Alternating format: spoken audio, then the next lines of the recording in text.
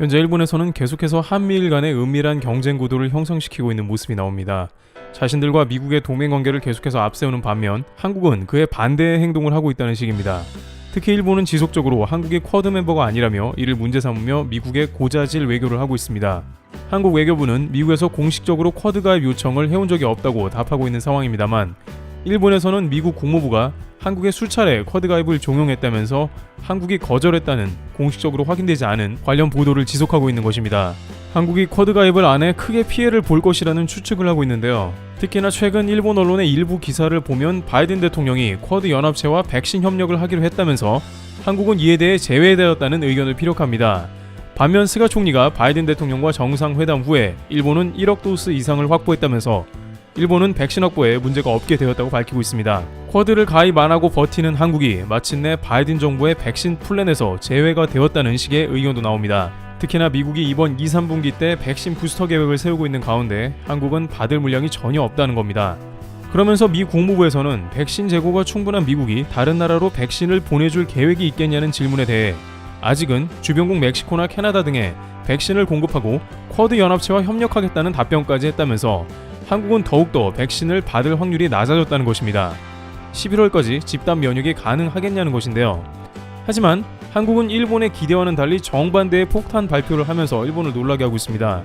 정부가 미국 제약사 화이자로부터 코로나19 백신 2천만 명분, 즉 4천만 회분을 추가로 도입하기로 했습니다. 일본에서는 당황스럽기 그지없는 모습인데요. 자신들은 스가 총리가 방문해 화이자 CEO와 면담을 한 뒤에야 백신을 확보한 것이며 일부 채널에서는 그런데 한국은 그런 것 없이 어떻게 백신을 얻었냐는 것입니다.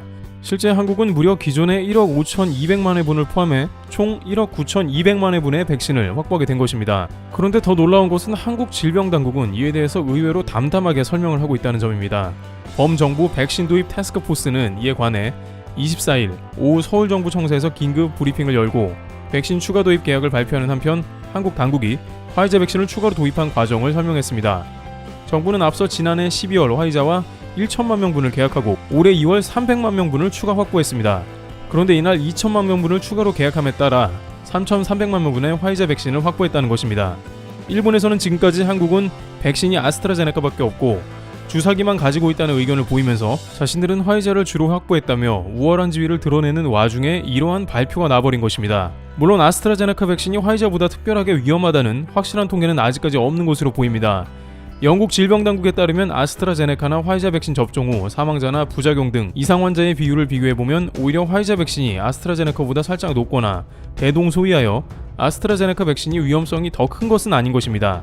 다만 그간 임상시험에서 화이자는 95%의 감염 방지 결과를 보여왔으며 아스트라제네카 백신이 유럽 일부 국가에서 혈전 문제 때문에 사용 금지가 내려지는 등의 이슈가 불거지자 이에 대한 경계감이 확산되기도 한 것입니다. 그러나 그랬던 한국이 화이자까지 추가 도입해 인구수를 훨씬 상회하는 백신까지 확보하자 당황스러운 것입니다. 게다가 일본은 이 화이자 백신을 추가 확보하려고 스가 총리가 미국에까지 날아갔다고도 강조했습니다. 그런데 한국 백신 도입 태스크포스는 이번 계약은 지난 4월 9일과 23일에 권덕철 태스크포스 팀장, 보건복지부 장관과 화이자사가 영상회의를 하는 등 지속적인 협상을 추진한 결과라고 했습니다. 이에 대해 일본은 다소 갸우뚱할 수밖에 없었는데요. 정말 한국 장관이 백신을 협상한 게 맞냐는 의견이 나오며 일부 네티즌들은 또 한국이 국제사회에 거짓말을 한다고 합니다. 왜냐하면 분명 화이자는 고자세를 보이면서 지난 3월에 고노다로 백신 담당 장관을 물리친 전력이 있기 때문입니다. 당시 일본은 도쿄올림픽 이전에 약 7,200만 도스를 접종 완료하는 계획을 세웠던 것으로 알려졌는데 막상 백신이 도착하지 않자 고노다로 장관이 화이자에 화를 내면서 백신 공급 요청을 했던 것으로 보입니다. 하지만 화이자는 장관급이 아니라 오히려 총리가 나와야 한다고 역으로 으름장을 놨던 것입니다. 당시 일본에서는 이와 같은 해외 기업의 무례가 매우 이례적이었으며 교도통신 등은 일본 정부가 화이자로부터 제대로 약점을 잡혀서 더 비싸게 백신을 계약해야 하는 최악의 상황에 치닫고 있다는 의견을 제기했습니다. 따라서 한국에서는 대통령이 나서지도 않았는데 어떻게 보건복지부 장관 선에서 백신을 확보했냐는 것입니다. 듣고 보면 일본 입장에서는 그도 그럴 수 있는 내용입니다. 그런데 한국 백신 태스크포스가 발표한 자료는 뜻밖인데요. 한국 백신 태스크포스에 따르면 현재까지 국내에 인도된 화이자 직계약 물량은 총 175만 회분이며 오는 6월까지 총 700만 회분이 들어오는 예정이라는 것이고 나머지 5,900만 회분은 7월부터 순차적으로 국내에 공급될 예정이라는 것으로 특별한 내용은 없습니다. 여기에 백신 도입 태스크포스는 화이자 백신은 3월 24일 첫 공급이 시작된 이후 지금까지 매우 정기적으로 공급되고 있다며 추가 구매 계약으로 보다 안정적으로 코로나19 백신을 공급받을 수 있을 것이라고 전망한 것입니다. 여기까지 보더라도 한국에서는 일본에서 말하는 대통령이 등장해야 하는 상황은 특별히 안 보입니다. 게다가 정부가 지금까지 확보한 백신 9,900만 명분은 우리나라 5,200만 명이 1.9번씩 접종할 수 있는 분량이자 집단 면역 형성을 위한 접종 목표 3,600만 명의 2.75배에 해당하는 충분히 차고 넘치는 물량입니다. 오히려 일본과 비교해서도 뒤지지 않고 있으며 앞으로 다른 백신까지 가세한다면 백신은 더 많아질 것입니다. 이에 대해 백신 도입 태스크포스는 당초 확보한 백신도 집단 면역 확보에 충분한 물량이지만 추가 구매로 달성 시기를 앞당길 수 있는 기반이 마련됐다며 국제적인 백신 수급 불확실성에 대비하고 변이 바이러스에 대응하기 위한 3차 접종 부스터샷 및 18세 미만 접종 대상 연령 확대 등 향후 발생할 수 있는 추가 수요에도 대비할 수 있게 됐다고 평가했습니다. 하지만 여전히 일본은 이런 한국 주장이 당황스럽습니다. 계속해서 자신들은 스가 총리가 바이든 대통령을 만나 백신을 요구했고 바로 그 다음날 화이자 CEO와 전화하여 백신 빅딜이 성사된 것으로 대대적으로 알렸으며 한국에서조차 그런 줄 알고 있었기 때문입니다. 하지만 결국 이러한 모습은 일본 내부에서조차 일종의 쇼가 아니냐는 의견이 제기된 바 있습니다. 과거 일본 총리였던 하토야마는 스가 총리가 미국에 가서 조나 요시로 불렀던 것은 외무성의 잔꾀에 불과하다며 정상회담이 상당 부분 연출에 불과하고 정작 도쿄올림픽의 위험성은 간과하고 있음을 지적합니다. 여기서 알 수 있는 것은 물론 스가 총리가 화이자 CEO와 통화를 통해서 백신을 받았다고 이야기할 수는 있지만 일각에서는 다만 스가 총리가 통화한 것은 자신의 지지율 등을 고려한 연출일 가능성도 크다는 것입니다. 스가 총리는 바이든 대통령과의 회담을 통해서 중요한 보궐선거부터 자신의 차기 총리 재선까지를 노립니다. 현재 스가는 고노다로 행정상, 고이즈미 환경상, 이시바 전 간사장, 아베 전 총리보다도 지지율이 떨어집니다.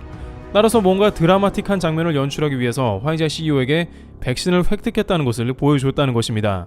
하지만 이는 스가 총리의 공이라기보다는 다른데 이유가 있다는 의견도 나옵니다. 화이자가 상반기에는 미국에 백신을 몰아줘야 했지만 하반기부터는 백신 상황에 좀 더 여유가 생긴 것이기도 하고 지금까지 한국에도 예정된 물량이 크게 차질 없이 들어와서 특별하게 지원되는 것은 많이 없었던 것으로 보입니다. 다만 일본의 경우에는 계약한 수량에 비해서 전반기에 미국이나 유럽에 물량을 내주게 되어 부족했던 것이며 한국은 원래 예정된 물량에 앞으로 추가 계약까지 문제없이 진행하고 있으며 계획대로 잘 가고 있는 것일 뿐입니다. 또한 앞으로 FDA에 통과할 노바백스 등 다수의 백신이 대기 중이라 백신들끼리 경쟁은 더 치열해집니다. 따라서 다국적 제약회사들은 경쟁이 치열해져서 백신 가격이 떨어지기 전에 계약을 서두르는 것입니다. 그러나 일본은 도쿄올림픽을 앞두고 일 5,000명의 확진자가 나와 도쿄 긴급사태를 선포하게 되는 등 여론이 최악으로 치닫는 상황이 나오기 때문에 이렇게 일종의 백신 계약 쇼라도 보여준다는 것입니다. 그 가운데 일부 극우 언론은 일본 정부와 합을 맞춰 한국에는 백신이 없다는 비교를 했던 것으로 보입니다. 그러나 막상 한국에는 계약한 물량이 정상적으로 입고되고 있는 상황이 나오며 추가 계약으로 인해서 앞으로 인당 2회 이상 접종이 가능한 물량까지 확보해 집단 면역에 더욱 박차를 가할 것으로 파악되고 있습니다. 실제 이러한 흐름으로 빌 게이츠는 2022년께 많은 나라들이 코로나로부터 탈출할 것으로도 예상했습니다. 이와 같이 일본은 한국의 화이자 추가 입고 발표에 대해 갸우뚱한 반응을 보이는 모습이 나오고 있습니다. 하지만 한국은 질병당국의 물샐 틈 없는 백신 확보로 인해 예정된 대로 백신을 받는다는 계획을 보여줍니다. 트래블 튜브 여기서 마치겠습니다. 감사합니다.